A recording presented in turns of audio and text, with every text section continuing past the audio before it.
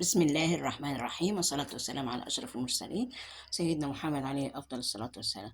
النهاردة هنعمل طريقة عمل الإيه الحواوشي بالخلطة السرية. الحواوشي بالخلطة السرية دي واخداها من الأسرار المطاعم نفسها.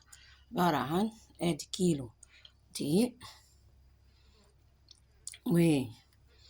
باكو خميرة، وكوبايتين لبن ونص مية كده، أو زي ما انت عايزة، مثلا تحطي كوباية لبن وكوباية ونص مية، أو العكس زي متاح عندك.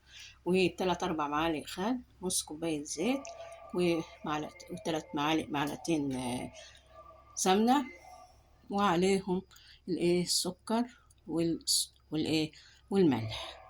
كل ده هنكسه مع بعضه ونعجنه كويس، ونسيبه يخمر كويس، وبعدين نقطعه كور، ونفرده ونحشيه باللحمة باللحمة المفرومة.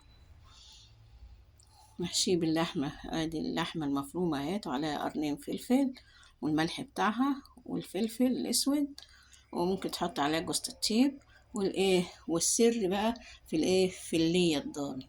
السر في اللية الضاني ده، لما تحط حتة لية ضاني ده هيوديكي في حتة تانية خالص خالص خالص.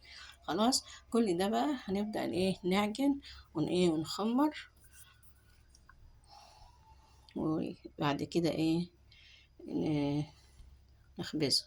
خلاص، ادي هو حطينا اللبن ون ونعجن فيه كويس كده. حطينا الخميرة، نحط حبة الخل،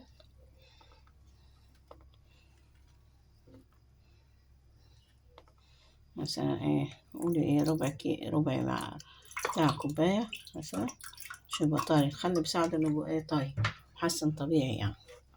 خلاص، ادي مثلا ربع كده خل. ادي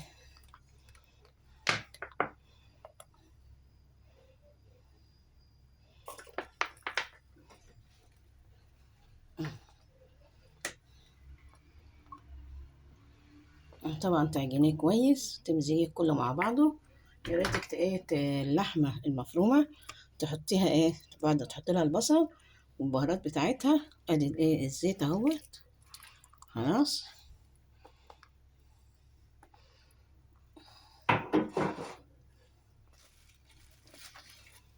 انا دي حتة السمنة،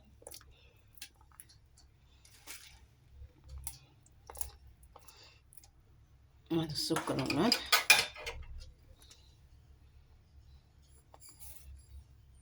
يعني في اللي هو ممكن تمزجي اللي يحط السكر والملح والخميرة على الدقيق.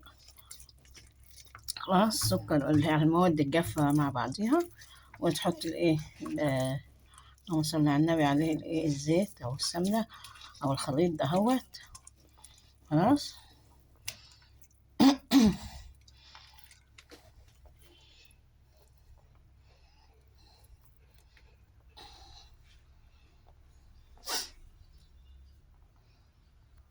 ودهيت العجينة وهيت، هنسيبها بقى تخمر نص ساعة ولا حاجة.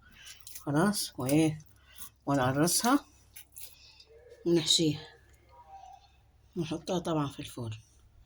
خلاص، ادي كده نعملوها، نبططوها ونحشوها كده زي ما انتوا شايفين اهو، وصوابعنا كده كده كده.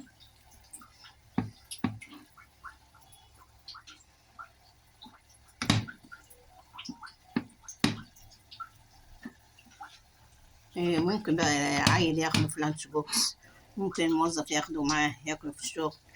ممكن في اي وقت يعني تحطيه في لانش بوكس كده، يبقى حلو جميل كده وظريف. خلاص اهو.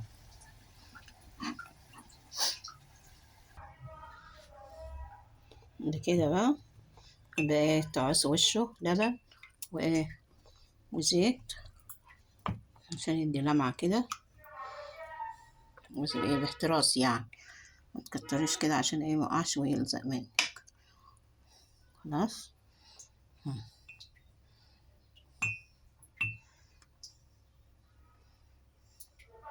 بس يدخل بقى الايه الفرن كده.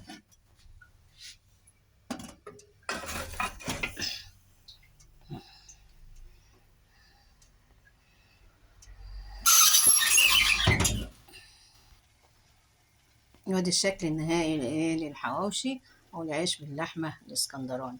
ده جميل، أكلة مشبعة، فيها كل الفيتامينات، بروتين، نشويات، وهيدروكرات، والبصل والفلفل ده كله. ممكن تحط له جزر. أنا على فكرة حطيت لها بتاع ده بهارات لحمة برضه. ودمتم لنا سالمين. فضلا وليس أمرا. إيه دعمكم لنا، يا ريت يعني.